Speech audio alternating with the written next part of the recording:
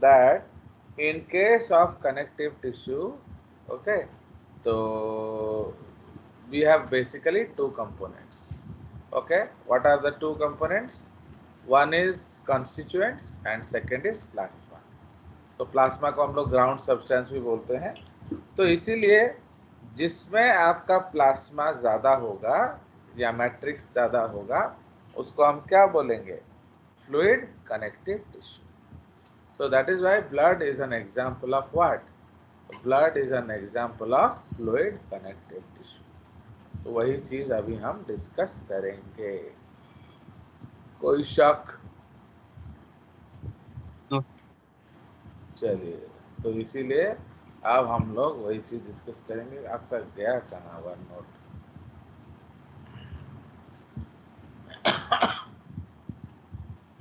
तो one note खोला जाए।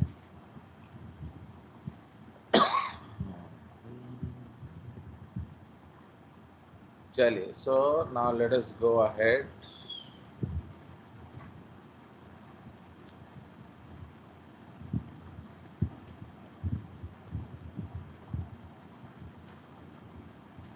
सो दिस इज एक्चुअली हमारा क्या? Blood as a connective tissue. Fine. So our heading is blood as a connective tissue. So here what I am showing you, देख रहे हो कि हमने ब्लड को निकाला। We have tied a tourniquet, इसको टॉर्निके बोलते हैं। तो जैसे टॉर्निके टाई करोगे ज़्यादा ब्लड आ जाएगा, तो आप उसको निकाल लीजिए होल ब्लड एंड उसको फिर सेंट्रीफ्यूज कर दीजिए। सो this is a old type centrifuge machine. इसमें जब आप सेंट्रीफ्यूज कर जाएंगे तो हैवी थिंग्स क्या होगा? वो बैठ जाएगा and light things will flow up. So that is called supernatant and this is called pellet. ठीक है, तो इसीलिए सुपरनाटेंट में क्या आ जाएगा? आप देखिए यहाँ बहुत क्लियरली दिखा रहा है। तो this 55% is plasma. This red component जो है 44%, that is your red blood cells.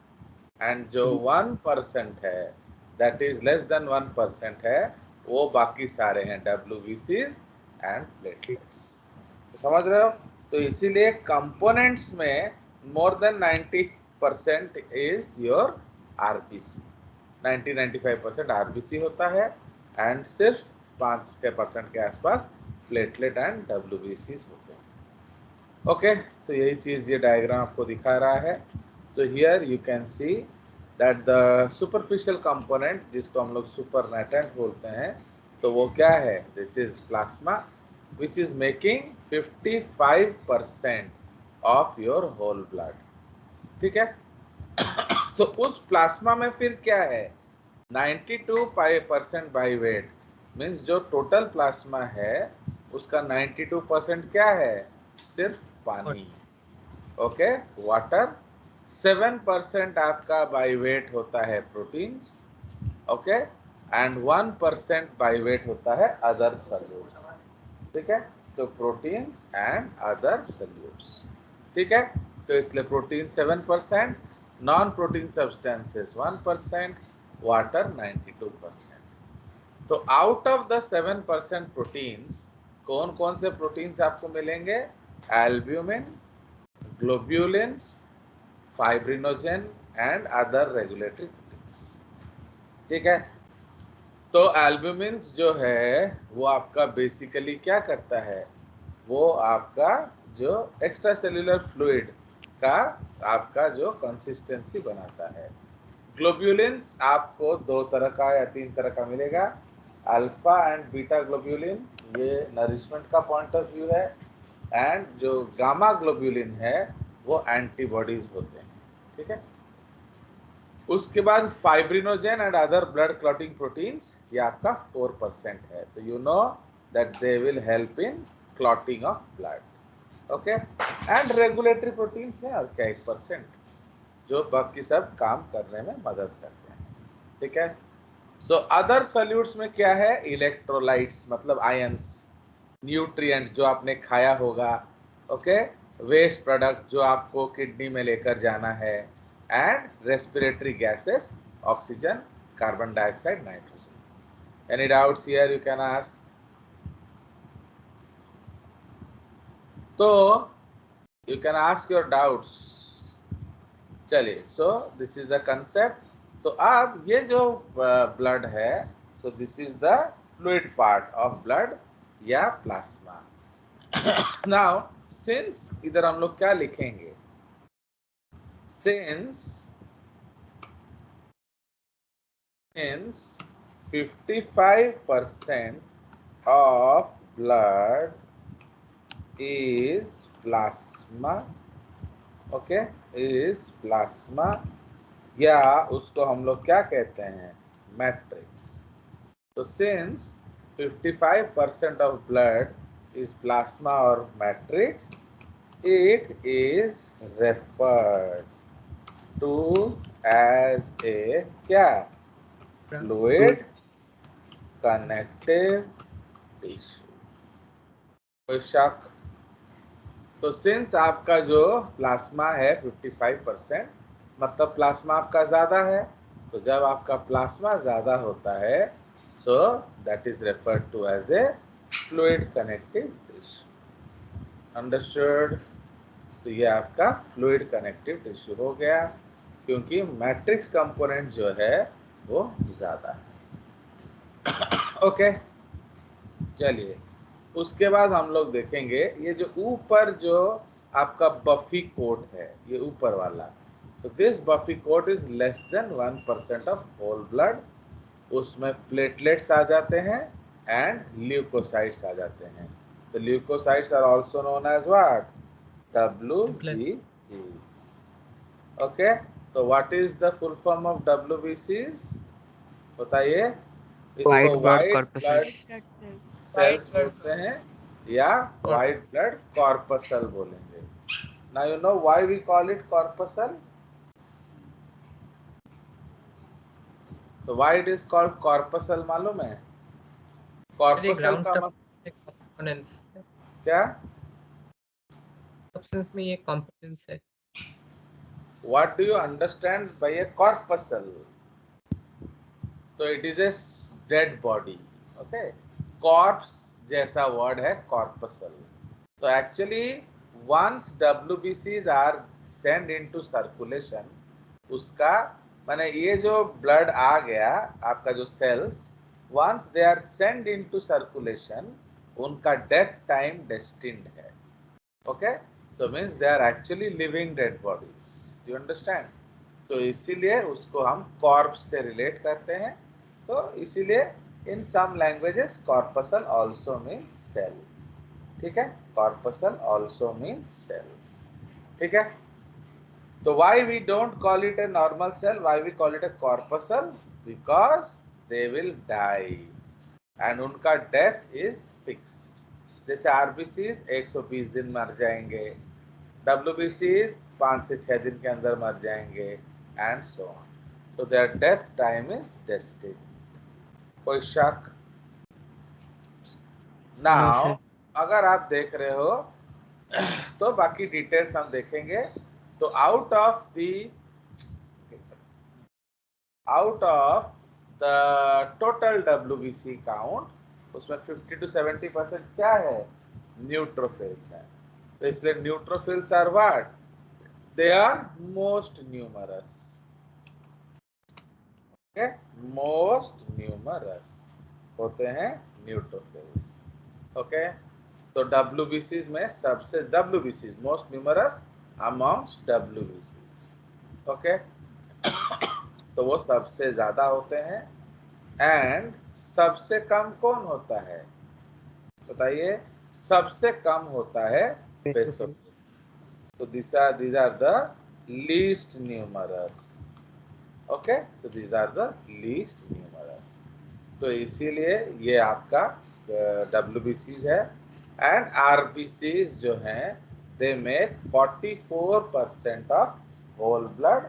Okay, so they make 44% of whole blood and almost 95% of your corpuscles. ठीक है, देख रहे हो? One single diagram is so informative.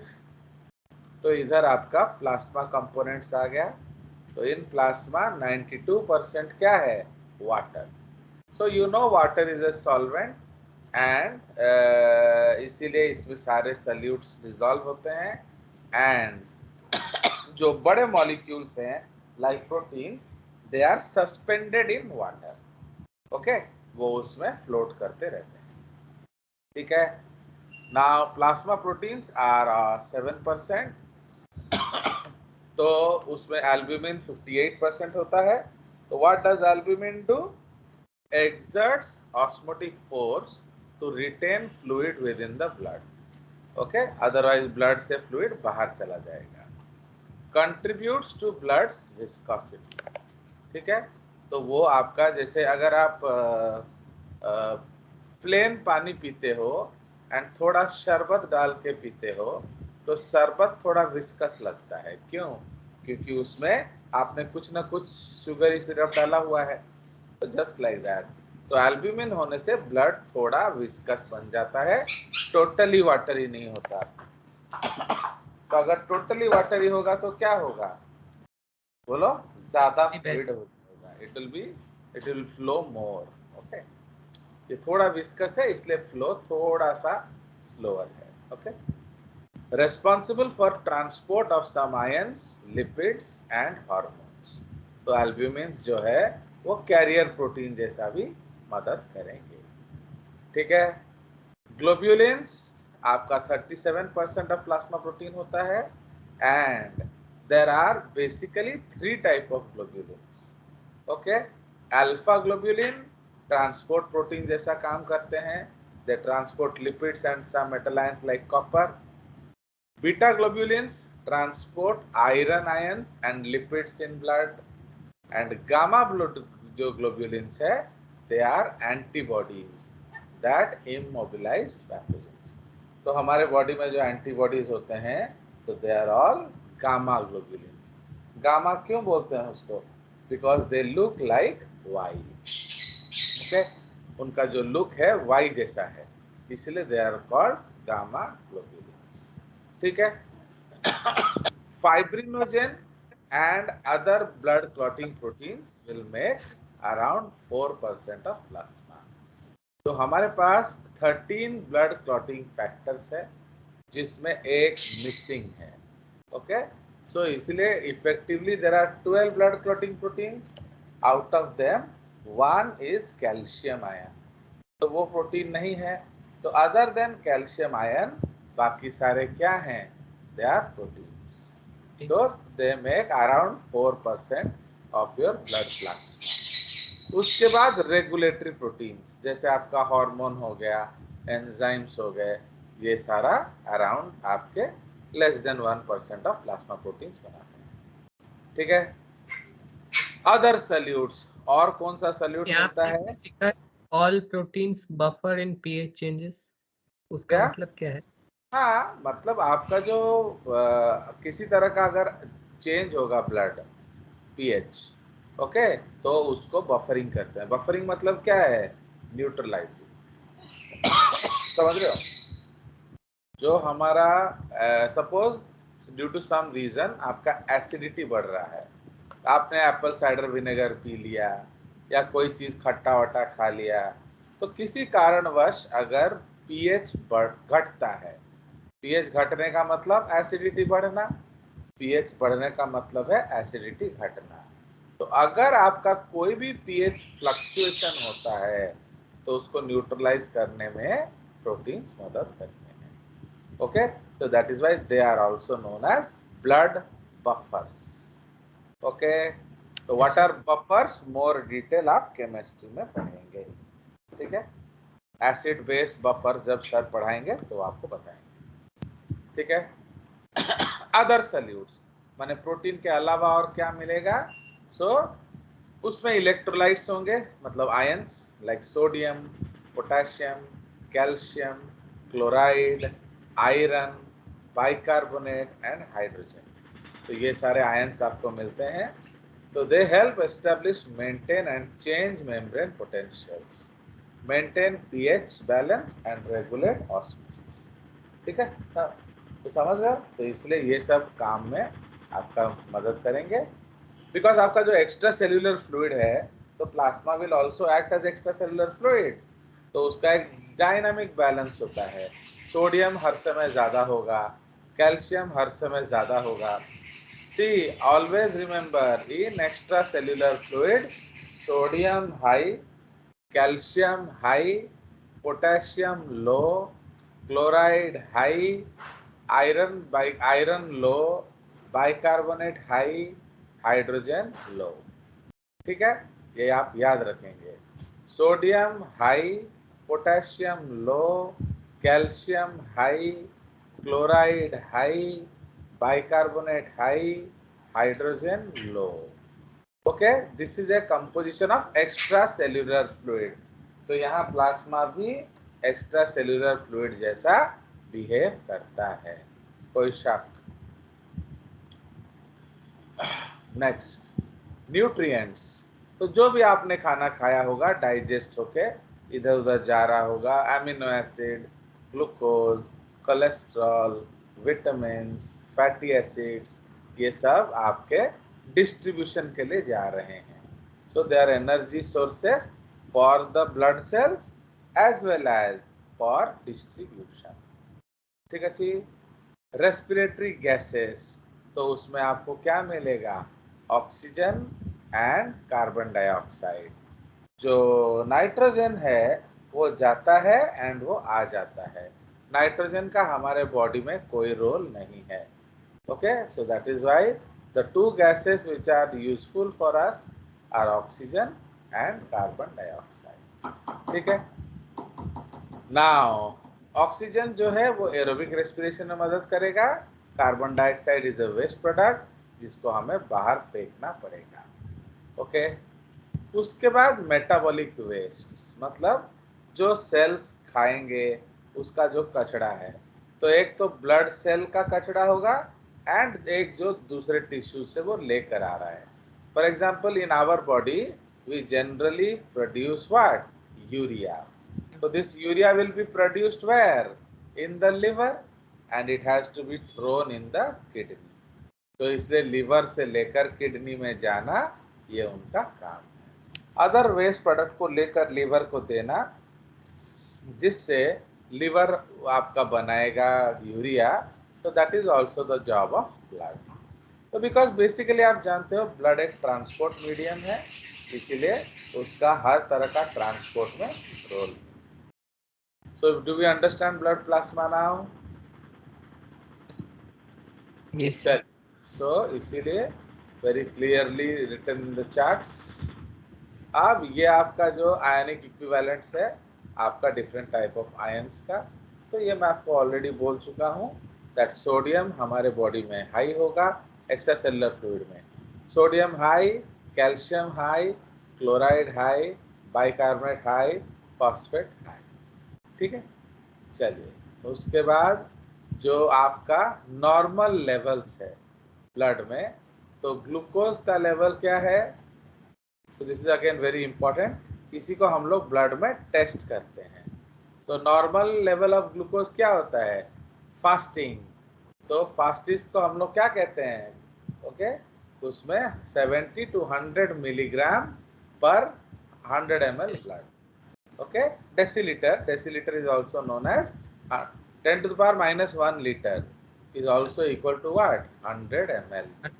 ठीक है, तो इसीलिए हर चीज हम लोग 100 ml में हिसाब करते हैं, तो आप उसको डेसीलीटर कह सकते हो। तो फास्टिंग में मतलब अगर आप रात को उठे, देखो ब्लड टेस्ट जब होता है तो आपको दो समय लेना पड़ता है।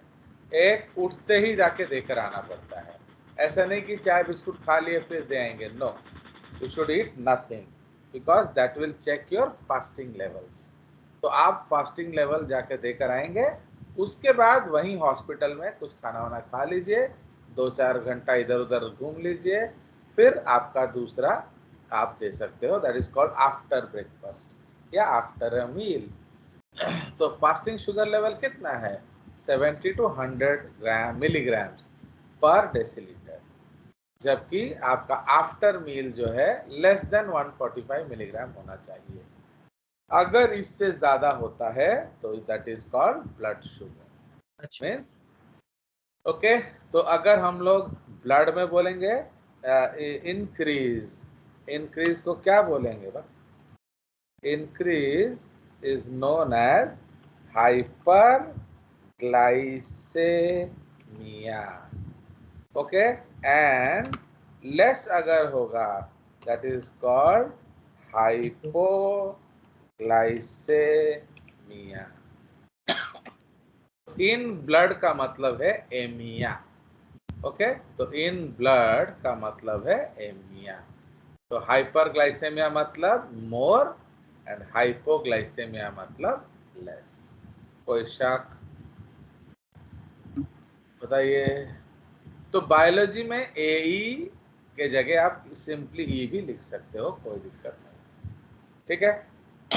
नाउ अगर आप रेगुलरली हाइपरग्लाइसेमिक हैं, देखो आज थोड़ा ज्यादा खा लिया हाइपरग्लाइसेमिया हो गया, वो अलग बात है।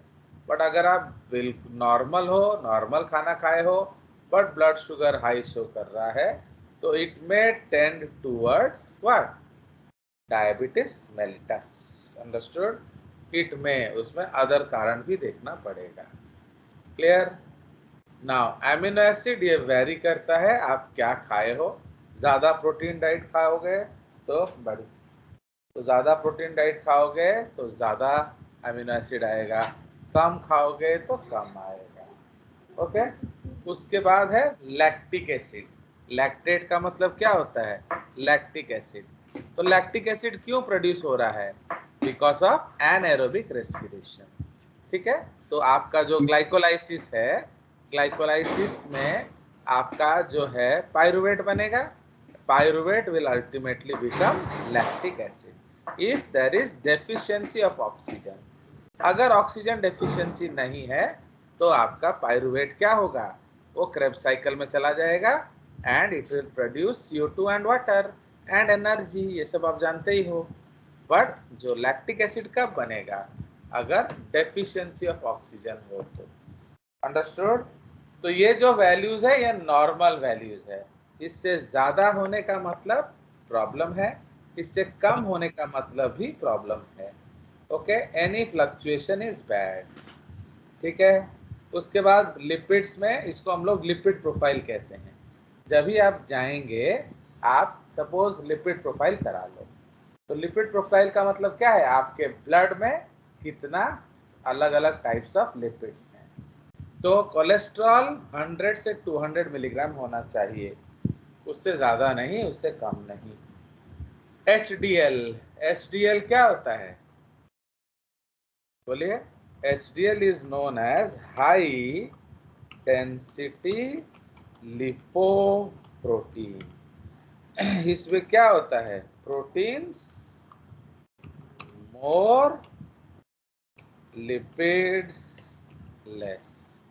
समझ रहे हो? तो इसमें प्रोटीन ज्यादा होगा एंड लिपिड्स कम होगा, तो उसको हम लोग क्या कहते हैं? HDL। Okay, high density lipoproteins. Understood? तो इसीलिए बिकॉज आपको मालूम है डेंसिटी हाई का मतलब क्या है? मास ज्यादा होना, वॉल्यूम कम होना। ओके, तो मास किसका ज्यादा होता है? प्रोटीन का ना चर्बी का? बोलिए, किसका मास वजन ज्यादा होगा? तो प्रोटीन्स का वजन ज्यादा होगा। अब कुछ बोलोगे नहीं तो फायदा क्या है? आप जानते हो जेजेएस से पढ़ोगे एंड आप कुछ तैयारी करके नहीं आएंगे, तो ऐसे ही गूंगा बैठना पड़ेगा, और क्या करेंगे बताओ ना? क्या बोल रहे हो दादा, बताइए। If you are not prepared to class you will have to sit like गूंगा। ओके, वो डब्बा, डब्बा आजकल उसको डब्बा बोलते हैं, वो आप देखे हो कि नहीं डब्बा जी, वो ऐड। तो इसीलिए HDL is high density lipoprotein. Now VLDL क्या है? तो Low density lipo. Very low So density very Very- low lipoprotein.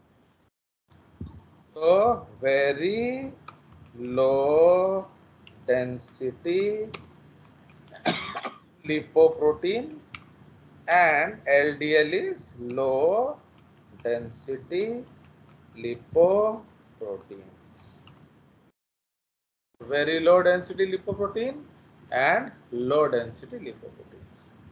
ये आपका जो है VLDL and LDL है, ठीक है सी।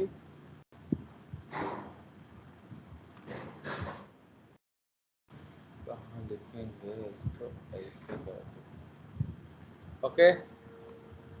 नाउ जो VLDL है एंड जो LDL है, इसमें धीरे धीरे क्या बढ़ता जाएगा, बोलिए लिपिड्स। तो slowly lipids will start increasing, understood. तो इसीलिए विच इज डेंजरस, HDL ना LDL, बताइए कौन सा डेंजरस है।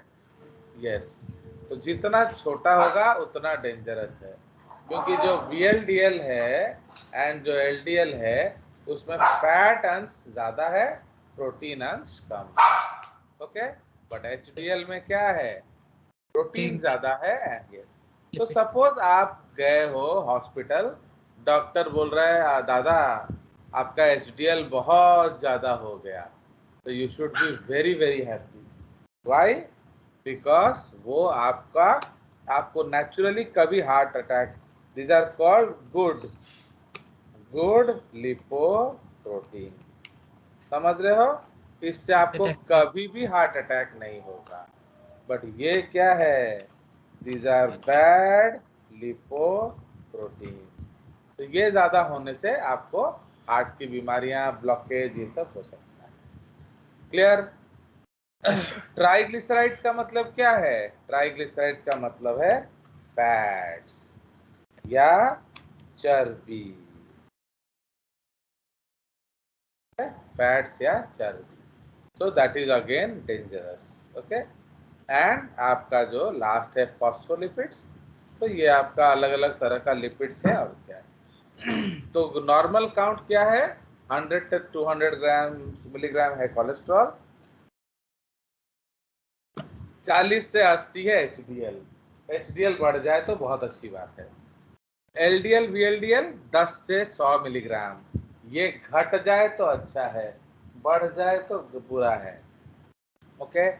ट्राइग्लिसराइड्स 30 to 150 मिलीग्राम, ये भी घट जाए तो अच्छा है, बढ़ जाए तो बुरा है। Phospholipid 6 to 12 mg, fine. Now तो लिपिड्स में कोलेस्ट्रॉल क्या है, they are plasma membrane component, synthesis of steroid hormones, bile salts etcetera में मदद करते हैं, ओके। इसलिए थोड़ा सा होना। अब आप बोलोगे सर कोलेस्ट्रॉल जीरो कर देते हैं, अच्छी बात होगी, नो, बिकॉज जीरो करना भी बुरी बात है, बोथ एक्सट्रीम्स आर बैड, इधर जाना भी बैड, उधर जाना भी बैड, ओके। क्योंकि अगर आप कोलेस्ट्रॉल नहीं दोगे तो आपका स्टेरॉइड हार्मोन नहीं बनेगा, आपका बाइल सॉल्ट्स नहीं बनेगा, तो फिर काम कैसे चलेगा, समझ में आया। तो इसीलिए नीदर लेफ्ट जाना अच्छा है नॉर राइट जाना अच्छा है, ठीक है। उसके बाद आ जाइए HDL, तो HDL transports lipids to liver, okay. अगर आपका ज्यादा HDL है तो वो सारा LDL को लेकर क्या करेगा, लीवर में फेंक आएगा एंड लीवर उसको साफ कर देगा, ओके। बट LDL क्या है, VLDL, ये भी आपके लीवर के तरफ जाते हैं, बट सिंस दे आर बल्की, तो ये क्या होंगे, ये आपके आर्टरीज में जम जाएंगे, ओके। तो ये बड़े बड़े होते हैं बिकॉज वॉल्यूम ज्यादा होता है ना। लो डेंसिटी का मतलब क्या है, वॉल्यूम इज मोर, तो इसीलिए जो आपका डिपोजिशन होता है आर्टरी वार्टरी में, वो generally VLDL LDL and triglycerides होते हैं, ठीक है। चलिए, सो this is the concept of your what, blood plasma, understood. Now इसीलिए जो consistency, okay, consistency of blood plasma is bit higher than blood, समझ रहे हो, वो थोड़ा ज्यादा है ब्लड के कंपैरिजन में, ओके। Yes. ये है कंसिस्टेंसी, मतलब थोड़ा ज्यादा विस्कस है। क्यों विस्कस है बताओ? Why it is viscous? Because of Albumin. albumin, globulin, ये सब भरा हुआ है ना, तो प्रोटीन्स है, तो पानी में कुछ नहीं होता है, इसमें बहुत कुछ होता है, इसलिए ऑब्वियसली वो क्या हो जाएगा? विस्कस हो जाएगा। Now colour of plasma is straw colored. Okay, is straw. Straw का मतलब पेल येलो, स्ट्रॉ कलर या हल्का सा पेल येलो। जैसे आप येलो रंग कर रहे थे, सूख गया, ब्रश धो रहे हो, तो वैसा एक हल्का सा पेल येलो कलर आएगा। Understood? Now, Yes. so this is the concept of plasma. Now, if volume of plasma is decreasing, it indicates that the volume of components is increasing. है कि नहीं? So if the volume of plasma is decreasing, it indicates number one that body water levels are low, या number two, एक तो शायद पानी कम है, तो इसलिए बॉडी ने क्या किया? ब्लड से पानी ले लिया, या that the volume of components, okay, is increasing, मतलब blood is becoming more क्या? Viscous. So it is a problem as it will affect fluidity of blood. समझ रहे हो? तो इसीलिए आप बोलोगे सर आरबीसी बढ़ा देंगे, अच्छी बात है, हमारा गैस एक्सचेंज ज्यादा होगा। अरे भाई गैस एक्सचेंज ज्यादा होगा जे, किंतु ब्लड फ्लो कम हो जाएगा, है कि नहीं? वाटर ज्यादा फ्लो करेगा ना, आपका जो विस्कस फ्लूइड ज्यादा फ्लो करेगा? बताइए। वाटर। तो इसलिए जितना डाइल्यूटेड हो उतना अच्छा फ्लो करेगा, अगर ज्यादा विस्कस हो गया तो डेंजरस है। Okay, so that is why this is not good. It will affect fluidity of blood. Clear? Now pH of blood is nearly 7.4. That is slightly alkaline. कोई शक? Yes. That is No, slightly alkaline. Okay. और क्या Like बताइए? हाँ बोलो। और slightly alkaline, तो कोई specific need है जो alkaline होगा? क्या बोल रहे हो? Sir pH of blood slightly alkaline किसी specific reason से हुआ है या? भाई जो माल है उसका स्लाइटली अल्कलाइन ही होगा, समझ रहे हो? अकॉर्डिंग टू कंपोजिशन उसका पीएच है, तो इसका पीएच स्लाइटली अल्कलाइन होना अच्छी बात है। अगर आप इसका पीएच डिक्रीज कर रहे हो तो गड़बड़ हो जाएगा। See everything has a constant value, ना तो उधर जाना है ना इधर आना है। ओके, उधर जाना भी डिजीज, इधर आना भी डिजीज, समझ रहे हो? जैसे आपका जो हाइट पैरामीटर है, ओके, अब आप बोलोगे नहीं मैं 8 फुट का हो जाऊं तो अच्छा है, नॉट नेसेसरीली, इट में कॉज प्रॉब्लम्स फॉर यू। तो एक स्टैंडर्ड हाइट अच्छा होता है, उसी तरह से हर वैल्यू आपका फिक्स्ड होता है। ओके, तो whatever components are there in blood, it is making the pH slightly alkaline. But आप देख रहे हो ब्लड पीएच घट रहा है, तो ब्लड पीएच घस रहा है तो उसको बोलेंगे एसिडोसिस, एंड अगर ब्लड पीएच बढ़ रहा है तो इसके बोलेंगे एल्कालोसिस। दोनों ही इश्यूज हैं। ओके, तो दैट इज द कॉन्सेप्ट। चलिए, बिकॉज हम लोग का नॉर्मल फिजियोलॉजी क्यों रखा गया है, ताकि हर काम वो कर सके। ओके, तो अगर वो पीएच चेंज होता है वो किसी न किसी फिजियोलॉजिकल कंपोनेंट्स को अफेक्ट करेगा। चलिए, अब हम लोग आ जाएंगे कॉर्पसल्स। ना कॉर्पसल्स का मतलब है, हम लोग डिस्कस किए थे ब्लड सेल्स। तो एक्चुअली उनको कॉर्पसल कहने का उद्देश्य क्या है, क्योंकि जिस दिन से वो ब्लड में फ्लो करने लगे हैं, जिस दिन से सी, अगर आप एयर होस्टेस हो गए हो तो एक सच्चाई क्या है जो हम इग्नोर नहीं कर सकते। Suppose you have taken a job of an air hostess. So one thing is for sure, क्या, that one day you will die in a plane crash, Yes. है कि नहीं? बिकॉज प्लेन अगर उड़ रहे हैं तो अगर क्रैश हुआ तो तुम मरोगे कि नहीं मरोगे?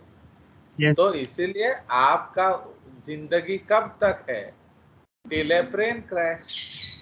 उसी तरह सपोज एक आदमी सोल्जर बन गया, तो उसके जिंदगी का सबसे बड़ा सच्चाई क्या है, what is the cost of his life, एक गोली। ओके, तो जिस दिन वो गोली उसे मिल गया उस दिन वो खत्म। Okay, so that is the concept. तो इसका मतलब ऐसा, इसका मतलब ये नहीं कि they join the army to die, but yes, you cannot avoid a bullet ना। The biggest truth of joining an army is one day you will be getting a bullet. Okay, now in your whole career you did not get a bullet. तो इसका मतलब either you are very clever, या you are very cautious, या you are very sharp, इस तरह से नहीं पढ़ेला सुन ना समझ में आया। तो दिस इज द कंसेप्ट, ठीक है जी। चलिए, तो ये हमारा हो गया। सो दैट इज वाई हमारे पास अलग अलग टाइप ऑफ ब्लड कॉर्पसल्स हैं, उसी का रायता अब हम लोग फैलाएंगे, ठीक है। सो दिस इज द डिटेल्स, इसको आप देखते रहना। तो हम लोग शुरू करेंगे क्या, तो ब्लड कॉर्पसल्स और blood cells, okay, are of three main types. Okay, are of three main types.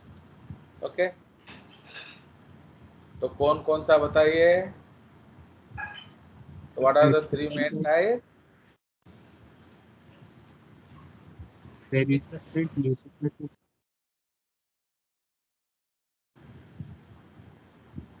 Erythrocyte, leukocyte, and thrombocytes. चलिए, सो उसमें नंबर 1 तो हमारा भी रायता समय लगेगा। तो सबसे पहला है what, red blood corpuscles. Okay,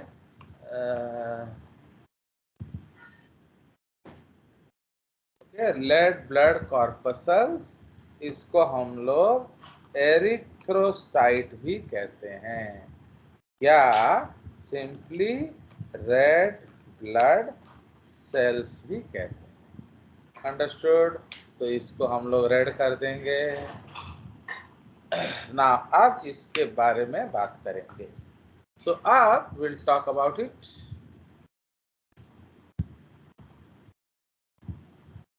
Now, so it is the largest component. It is the largest component with respect to क्या, number. Okay, it is the largest component with respect to number. It makes, क्या लिखा था हम लोगों ने, it makes 44% of whole blood. Okay, it makes, nearly लगा देंगे हर समय, nearly 44% of whole blood, और क्या 95%, 90 to 95 लिख लेते हैं, 90 to 95% of all cells. ठीक है, तो 90 to 95% of all cells. ठीक है, now normal RBC count कितना होता है? तो normal RBC count is what, बताइए? 5 to 6 मिलियन.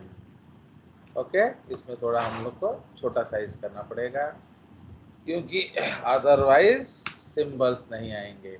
5 to 6 मिलियन पर माइक्रो क्या लीटर. ओके, और ऑफ ब्लड. ओके, और उसको हम लोग कह सकते हैं in males. This is males, in males. ठीक है, और वी कैन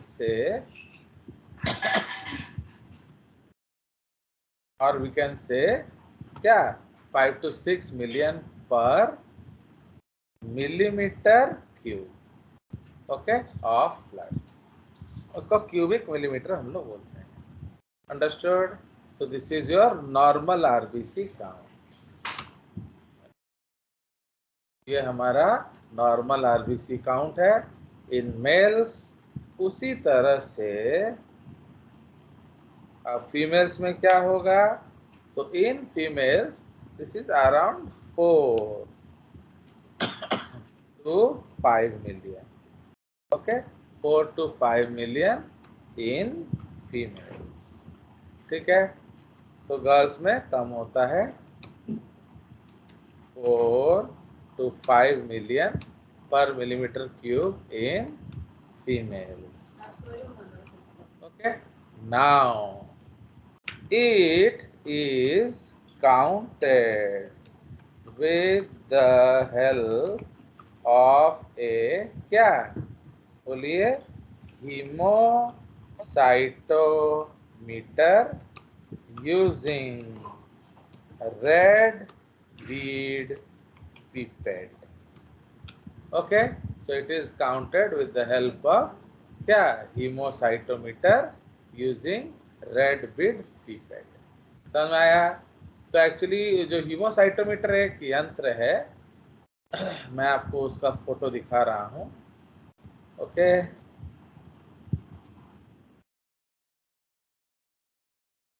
तो ये जो है ये हीमोसाइटोमीटर है. ओके, तो ये जो हीमोसाइटोमीटर है उसके अंदर इस तरह से एक स्लाइड होता है जिसको कि हम लोग मेजरमेंट में यूज करेंगे. ओके, देख रहे हो? तो ये हीमोसाइटोमीटर है एंड ये उसका काउंटिंग चैम्बर्स है. फाइन, सो इसलिए इसको हम लोग काउंटिंग चैम्बर्स बोलते हैं. मैं एक्सप्लेन कर रहा हूँ, पहले इसको बना लेते हैं. तो ये आपका टोटल इक्विपमेंट है. ओके, तो इसमें आप क्या देख रहे हो? उस डिब्बे में क्या क्या है आप देख रहे हो? ये एक स्लाइड है एंड इसमें देख रहे हो रेड पिपेट दिख रहा है इसके अंदर. ये पिपेट के अंदर रेड बीड देख रहे हो? Yes sir. This is called red Beed pipette and इसके अंदर व्हाइट होगा. तो व्हाइट बीड पिपेट से आप WBC काउंटिंग करेंगे. रेड बीड पिपेट से आप क्या you will collect blood for RBC counting. क्यों मालूम है? इसका वॉल्यूम अलग अलग होता है. क्यों? बिकॉज RBC ज्यादा होंगे. सपोज एक घर में 1000 RBC होगा, can you count? It will be difficult क्योंकि 1000 कैलकुलेट करना एक घर में मुश्किल होगा. सो दैट इज वाई हम लोग उसको यूज नहीं करते. अब ये आपका जो ये जो स्लाइड होता है, ये देख रहे हो इधर एक स्लाइड है. Fine, these are all courtesy जेजेस क्लासेस. ये आपको और कहीं से नहीं मिलने वाला. तो देख रहे हो ये एक स्लाइड है. इसके अंदर ये जो स्लाइड नहीं है, ये जो स्लाइड ये है. तो इस स्लाइड में आपके इधर काउंटिंग चैम्बर है. देख रहे हो एक छोटा सा काउंटिंग चैम्बर इधर होगा. अब वो बड़ा करो तो ऐसा दिखता है. तो इसीलिए how many counting chambers are there for WBC counting? देखिए इसका वॉल्यूम 1 मिलीमीटर है, इसका जो length 1 millimetre, breadth 1 millimetre and उसका जो हाइट होगा वो है अराउंड 1 मिलीमीटर। ठीक है, तो आप कवर स्लिप जब डाल देंगे तो उसका जो हाइट है, सॉरी 0.1 मिलीमीटर होता है। Okay, 1 millimetre, height is 0.1 millimetre. तो अब 0.1 मिलीमीटर अगर होगा तो आपका मिलीमीटर क्यूब नहीं बनेगा, इसलिए जब हम कैलकुलेशन करेंगे इंटू 10 करेंगे, समझ रहे हो? व्हेन यू विल कैलकुलेट उसको आप इंटू 10 करेंगे, उसका जो फॉर्मूला है यू विल मल्टीप्लाई इंटू 10। ये आपको दिखा रहा है, देखो जैसे हमने कवर स्लिप डाला है, देखो कितना सुंदर डायग्राम है। तो जैसे हमने कवर स्लिप डाला है तो हाइट कितना हो गया 0.1, ओके, लेंथ कितना है 1 मिलीमीटर, ब्रेड कितना है 1 मिलीमीटर, हाइट कितना है 0.1 मिलीमीटर। तो इसका मतलब वो मिलीमीटर क्यूब नहीं हो रहा है। तो जब आप कैलकुलेशन करेंगे इनटू क्या 10 करेंगे तो आपका ये मिलीमीटर क्यूब हो जाएगा। कोई शक? So since WBC number is very very less तो हम लोग 16 चैम्बर्स में उसको काउंट करते हैं। ओके, तो हाउ टू काउंट? तो अच्छा जो उदित जैसा बच्चा है वो अच्छा बच्चा है, इज अ गुड बॉय, तो वो क्या करेगा एवरी सेल का काउंट करेगा, ओके, एंड ऐड करके उसका रेशियो निकालेगा। बट जो हमारा ये जो मंजिष्ठा पंडा है, ये महाठौका है, तो मंजिष्ठा पंडा क्या करेगी, इसमें से 5-6 का काउंट करेगी, डिवाइडेड बाय 5-6 कर देगी, इनटू 16 कर देगी। तो समझ रहे हो? तो मंजिष्ठा ने जो डाटा दिया उसको हम रॉ डाटा कहते हैं, मतलब उसने ढंग से कैलकुलेट नहीं किया है, मीन निकालकर इनटू 16 कर दिया है। बट उदित का जो डाटा है वो एक्चुअल डाटा है, मतलब उसने पूरा 16 सेल्स का गिना है। So that is why more accurate data is what, the 16 cell data. Manjishtha का डाटा को हम लोग रॉ डाटा कहते हैं। अंडरस्टूड? जैसे मैंने सौरदीप को बोला जाके देखो कितने स्टूडेंट्स क्लास में हैं, तो वो गया स्कूल में, देखा 5 तो क्लास का स्टूडेंट गिन लिया, तो 5 क्लास में 300 बच्चे हैं, तो डिवाइडेड बाय 5 कर दिया, ओके 60 स्टूडेंट्स पर क्लास, इनटू हमारा 200 क्लासरूम है, तो 60 इंटू 12 200 कर दिया, तो सर 12,000 बच्चे। ओके, तो ऐसा बोल दिया, but is it like that? No, because he did not count.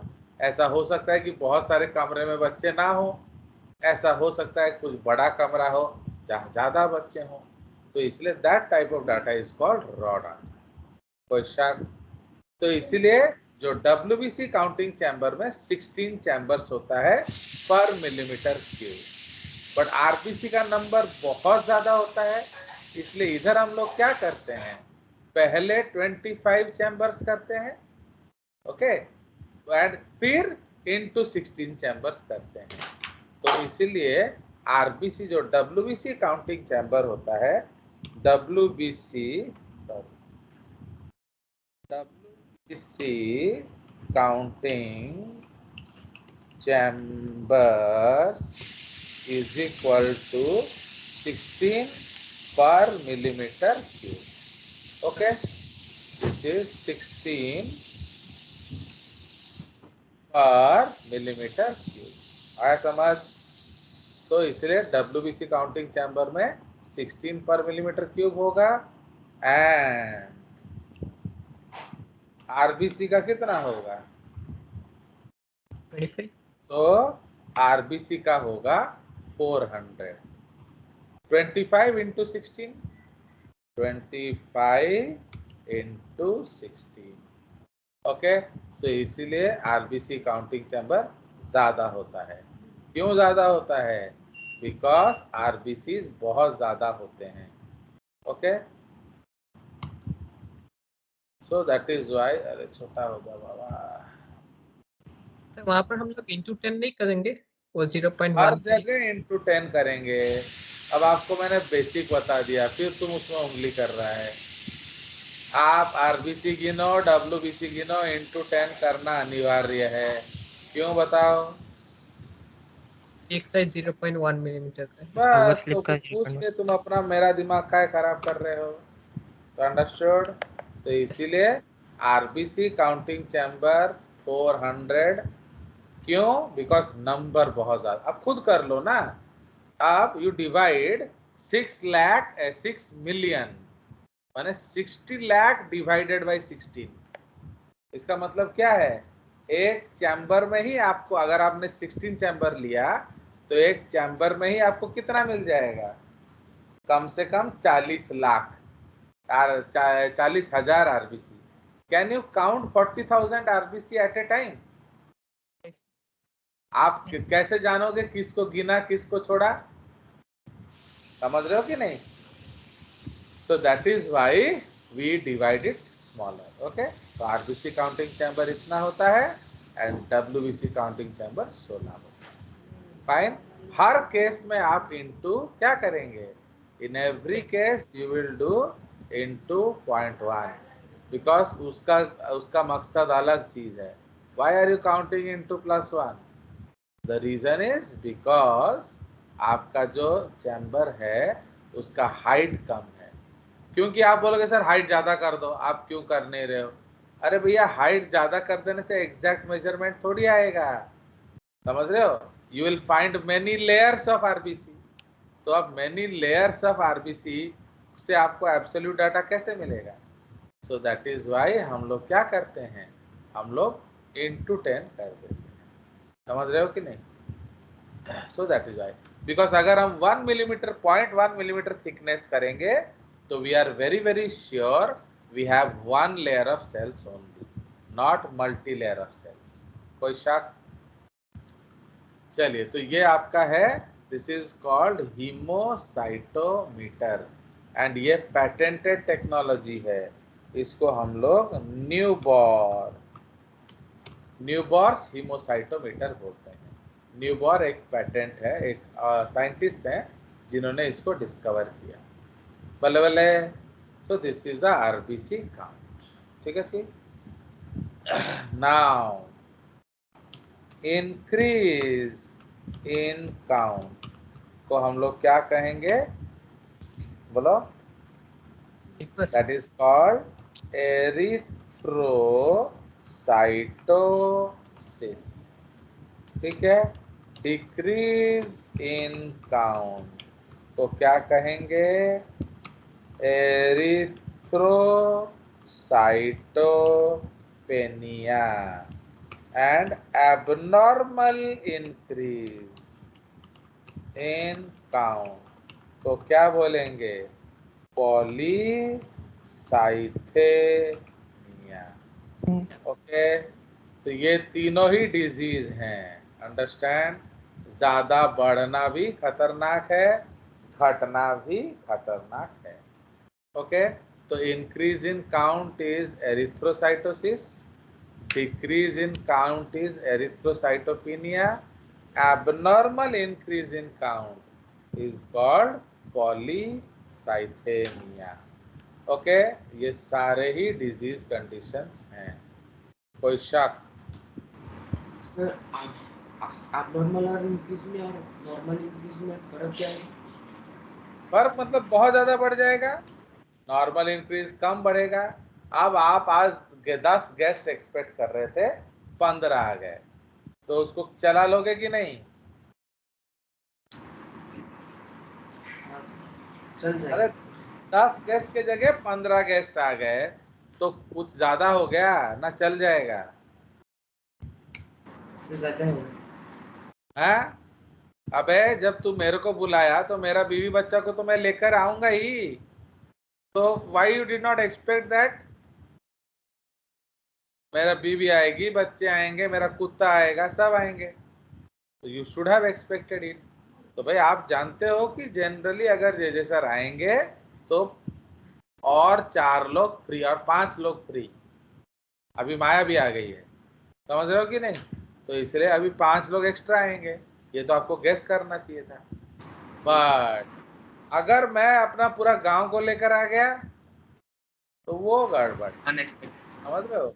So that is the concept. तो इसलिए abnormal increase means beyond a limit. Normal increase means हो जाता है कभी कभी, है क्या? चलिए, सो डू अंडरस्टैंड? तो ये आपका कंसेप्ट है, दिस इज योर न्यूबॉर्स हीमोसाइटोमीटर। देख रहे हो? इसको हम लोग थोड़ा सा सजा दें। चलिए, तो ये हमारा हो गया क्या, आरबीसी का। चलिए, उसके बाद हम लोग क्या करेंगे, उसके बाद नया पेज आ जाएंगे। सो नाउ हम लोग क्या डिस्कस कर रहे हैं, erythrocytes.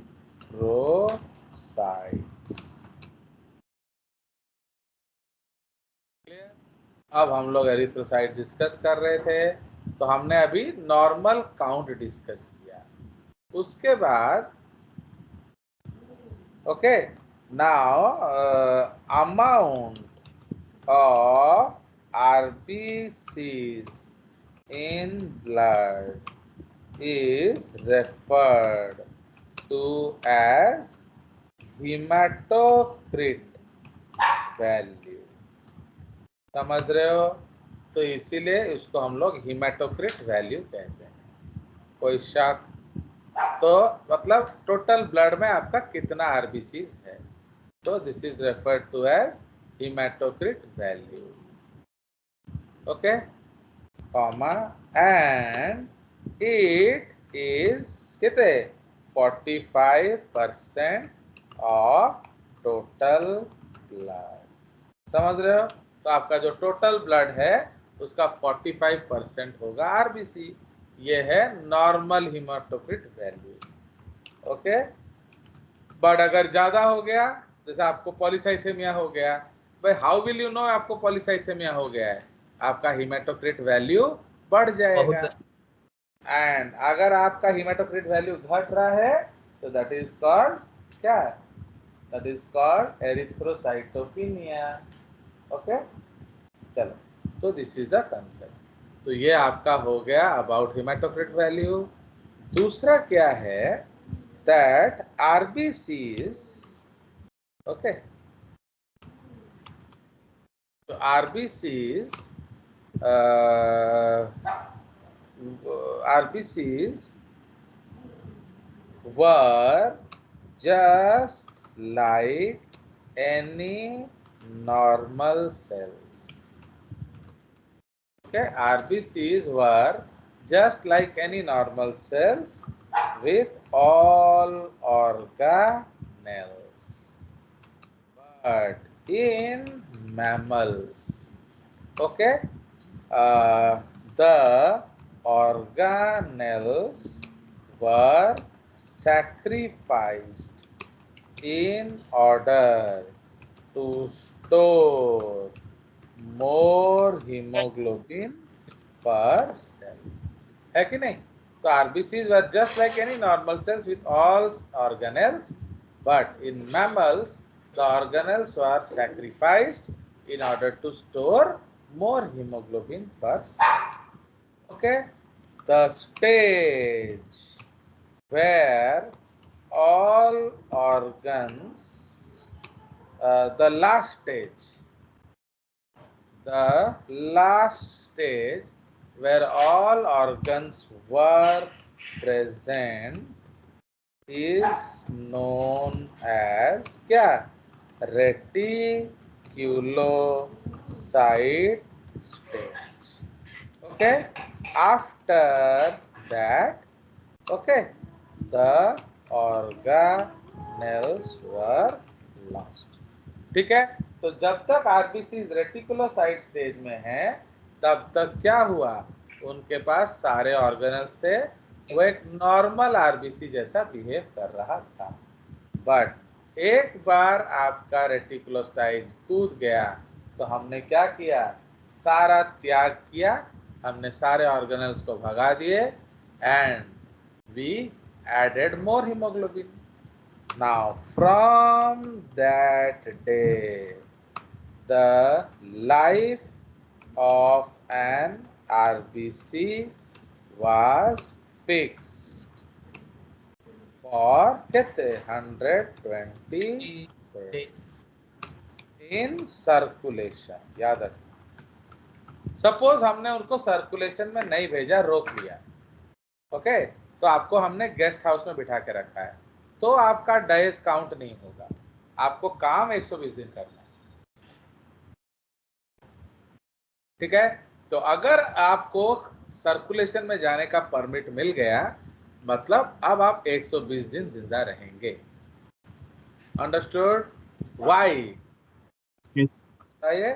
This is because, okay, this is because it cannot replace the things that are lost due to injuries in the circulation.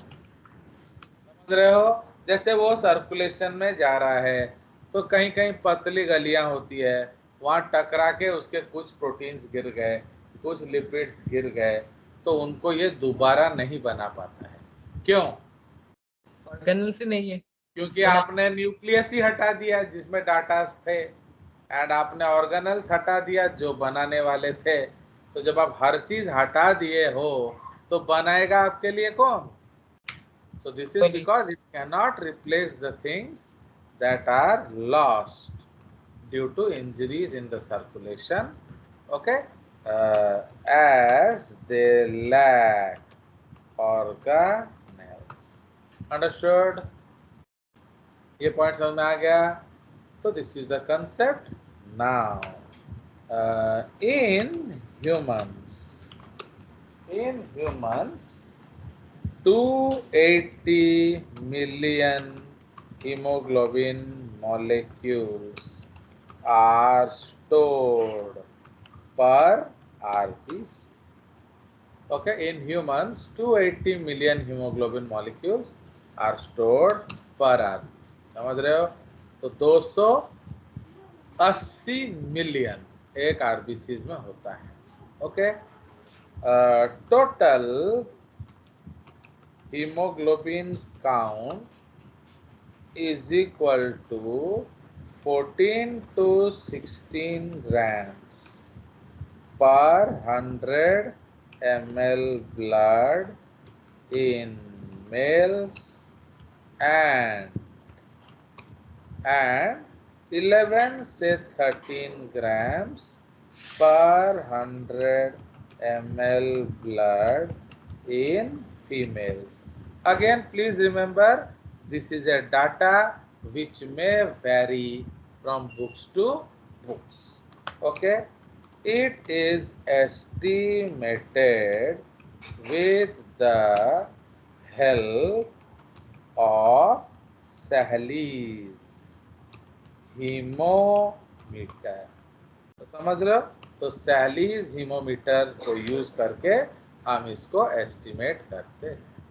तो ये एक डिवाइस है और क्या, तो उसका भी फोटो लगा लिया। हाँ बोलो। पहले वाला दूसरा हीमोमीटर था, हीमोसाइटोमीटर। वो हीमोसाइटोमीटर है, साइटो माने सेल, तो हीमोसाइटोमीटर से आप सेल काउंट कर रहे थे, हीमोमीटर से क्या करेंगे? आरबीसी काउंट करेंगे। अंडरस्टूड?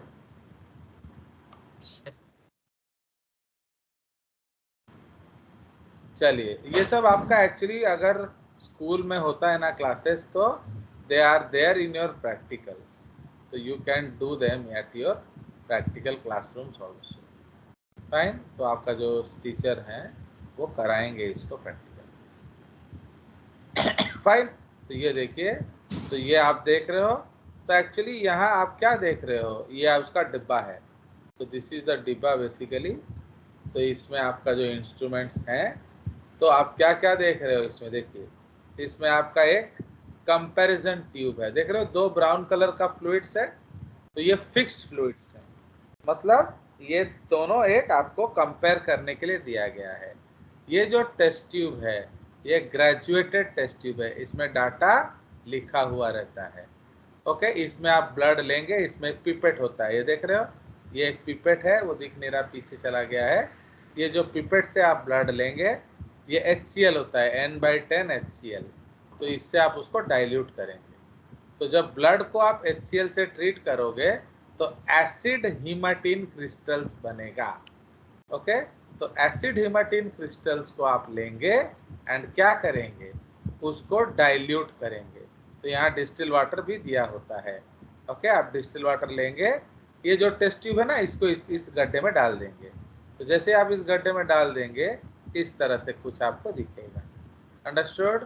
तो ये आपका हीमोमीटर है, ये आपका टेस्ट ट्यूब है, उसके अंदर ब्लड एंड N/10 HCl आपने लिया है, this is called 0.1 normal HCl। तो ये एसिड हीमाटीन क्रिस्टल्स बन जाएगा। फिर आप धीरे धीरे उसमें डिस्टिल वाटर ऐड करिए एंड शेक करिए। इसमें एक चम्मच जैसा होगा। ओके, देयर विल बी ए चम्मच जैसा स्ट्रक्चर, ये देख रहे हो, दिस ब्लूइश कलर स्ट्रक्चर, ये एक चम्मच जैसा होगा, उससे आप शेक करेंगे। तो शेक करने से क्या होगा, वो मिक्स होगा एंड धीरे धीरे ये ऊपर ऊपर आएगा। तो जिस समय आपका तीनों कलर ट्यूब सेम हो जाएंगे, that is your point. Okay, all the 3 should look alike, ये वाला एंड आपके सैंपल वाला, तीनों का कलर जब मैच करेगा तो वो डाटा उसमें आपका लिखा है, तो उसमें इतना मिलीग्राम, इतना ग्राम, इतना ग्राम, इतना ग्राम लिखा होगा। तो जिसमें आपका तीनों कलर सेम हो जाएंगे, देख लेना, वही आपका हीमोग्लोबिन काउंट है। कोई शक? तो इसको सैलीज हीमोमीटर बोला जाता है, क्योंकि ये सब पैटेंटेड टेक्नोलॉजीज हैं। Nobody can make it other than सैलीज company. ठीक है, सो this is the concept. Fine, चलिए, तो अब इंक्रीज इन हीमोग्लोबिन काउंट। तो इंक्रीज इन हीमोग्लोबिन काउंट को हम लोग क्या कहेंगे, बताइए? सो इंक्रीज से चलो तो हम लोग उतना उसको डिक्रीज को देख लेते हैं। तो इंक्रीज हमारे लिए इतना बड़ा इश्यू नहीं है, बट डिक्रीज को क्या कहेंगे? Decrease in haemoglobin count is called anaemia. Okay, तो decrease in haemoglobin count is called anaemia. Understood? तो आप एनीमिक हैं, तो ये आपका कंक्लूजन होता है। ओके, सो एनीमिक होने के बहुत सारे कारण हो सकते हैं। One of the main reason is deficiency of iron. Understood? Now in India most girls are anaemic during pregnancy, because जो मेंस्ट्रुअल लॉस है वो लोग उसको रिप्लेस नहीं करते हैं। तो that is why they are almost all Indian girls are anaemic. ठीक है, चलिए, तो ये हमारा टोटल हमारा हीमोग्लोबिन काउंट हमने डिस्कस कर लिया है। ठीक है, मेल एंड फीमेल में। चलिए, तो this is the concept of your ये। तो अब हम लोग चले जाएंगे उसका अदर डिटेल्स में। नाउ अदर डिटेल्स में क्या पढ़ेंगे? Now shape of RBCs। तो हमने ये ऑलरेडी डिस्कस किया है that in non mammals it is spherical and nucleated, है कि नहीं? नॉन मैमल्स में ये स्फेरिकल एंड न्यूक्लिएटेड होगा, माने स्फेरिकल होगा एंड ऑर्गेनेल्स होंगे। बट इन मैमल्स क्या है? In mammals it is biconcave, okay, and enucleated. What is enucleated? मतलब Not there is no nucleus. No No nucleus. nucleus. But in mammals it is enucleated. Understood? Yes. Comma biconcave, इसको हम लोग bracket में donut shape लिख सकते हैं। Doughnut shape. तो आप तो इंडिया में डोनट खाए नहीं होगे, तो आप बोरा शेप बोल सकते हो। बोरा विदाउट द होल। अगर हम बोरा बनाएंगे विदाउट द होल, तो that is called your biconcave shape and enucleated. Okay? In camels and llama.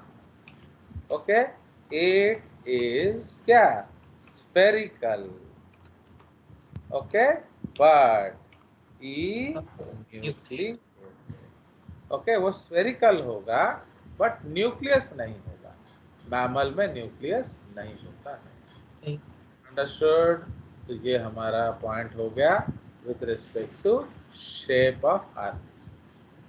Next point हमारा हो जाएगा साइज ऑफ आरबीसी.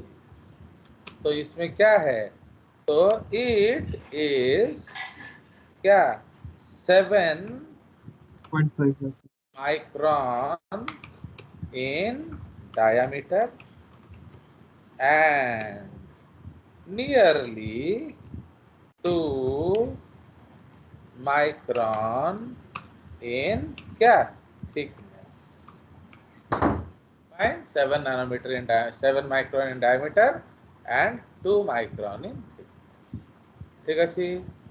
नाउ उसके बाद हम लोग क्या पढ़ेंगे, तो हमने काउंट पढ़ लिया. हाँ, colour.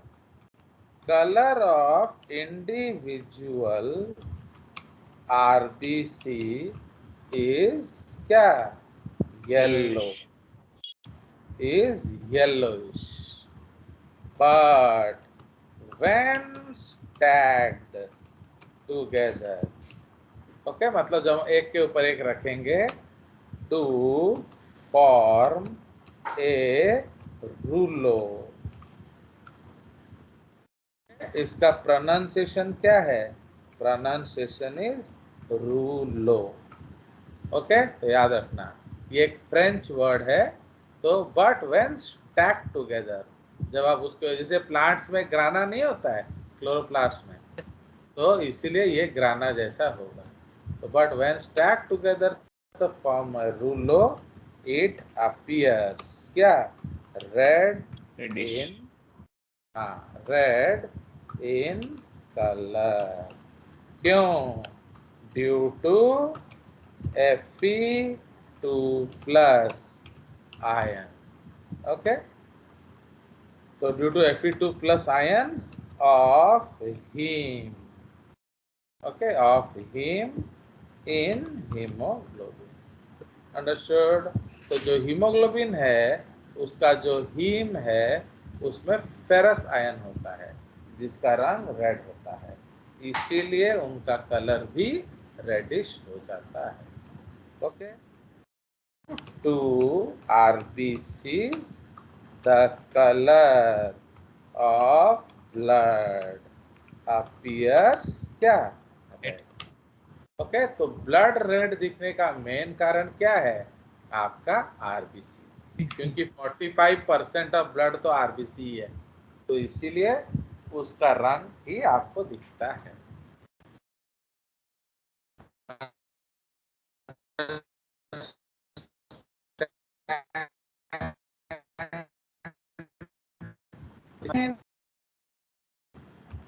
of RBCs are to transport oxygen from the lungs to tissues and transport CO2 and H plus ions from tissues,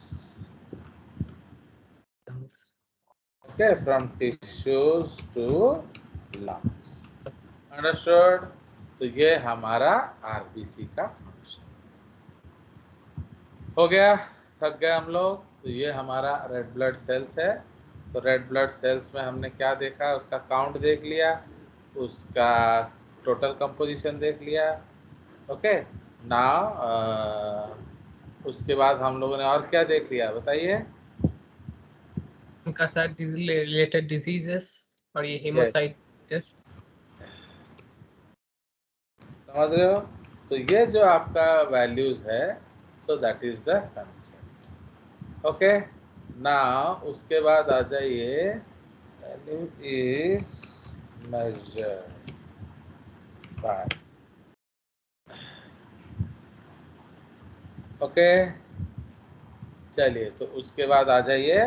तो अब हम लोग का हीमोग्लोबिन आरबीसी बेसिकली हो गया खत्म। हमने हीमोसाइटोमीटर भी देख लिया एंड हमने क्या हीमोमीटर भी देख लिया। ओके, तो इसके बाद जो है हम लोग क्या करेंगे, सो फंक्शन भी देख लिया, उसका साइज भी देख लिया, उसका शेप भी देख लिया। ठीक है जी। सो उसमें हम लोग लिख सकते हैं that RBCs have the fastest enzyme of our body known as क्या carbonic anhydrase, which okay which converts CO2 into क्या H2CO3। ओके, तो वो उसको कार्बनिक एसिड में कन्वर्ट कर देता है at the rate of 36 million molecules पर एंजाइम पर मिनट। समझ रहे हो? तो ये उसका है। तो 36 मिलियन मॉलिक्यूल्स पर एंजाइम पर मिनट। समझ में आया? Yes. Comma, which is 10 million times faster than that seen in blood plasma। समझ रहे हो? So actually, why do we transport CO2 with the help of RBCs? Because उसमें जो आपका क्या है, आपका फास्टेस्ट एंजाइम है जो 36 मिलियन मॉलिक्यूल पर मिनट कार्बन डाइऑक्साइड को 1 मिनट में फिक्स कर देता है। समझ रहे हो? तो that is 10 to the power 7 times faster than that seen in blood plasma. इसका मतलब सपोज ये एंजाइम बेकार हो जाए तो आपका पर मिनट कितना ट्रांसपोर्ट होगा, 1 मॉलिक्यूल 3.6 मॉलिक्यूल। तो 1 मिनट में 3.6 मॉलिक्यूल ट्रांसपोर्ट होगा, जबकि अगर आरबीसीज में एंजाइम होता तो 36 मिलियन होता। तो समझ रहे हो कि नहीं?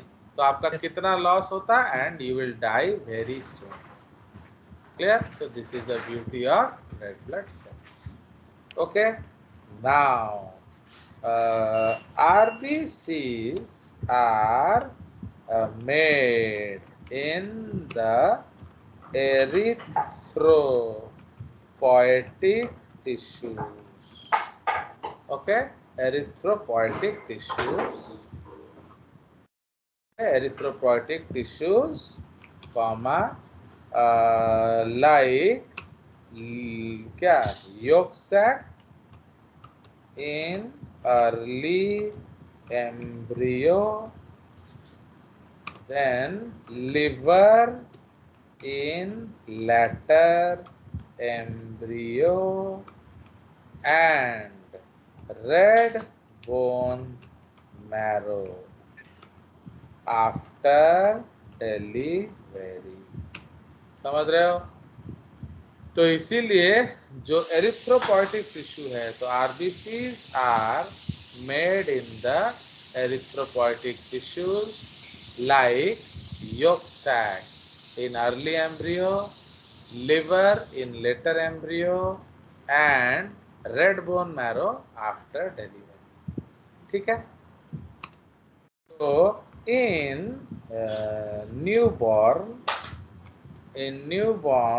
babies, all bone marrow is red, but in adults red bone marrow is क्या is found in the flat bones and epiphyses of long bones.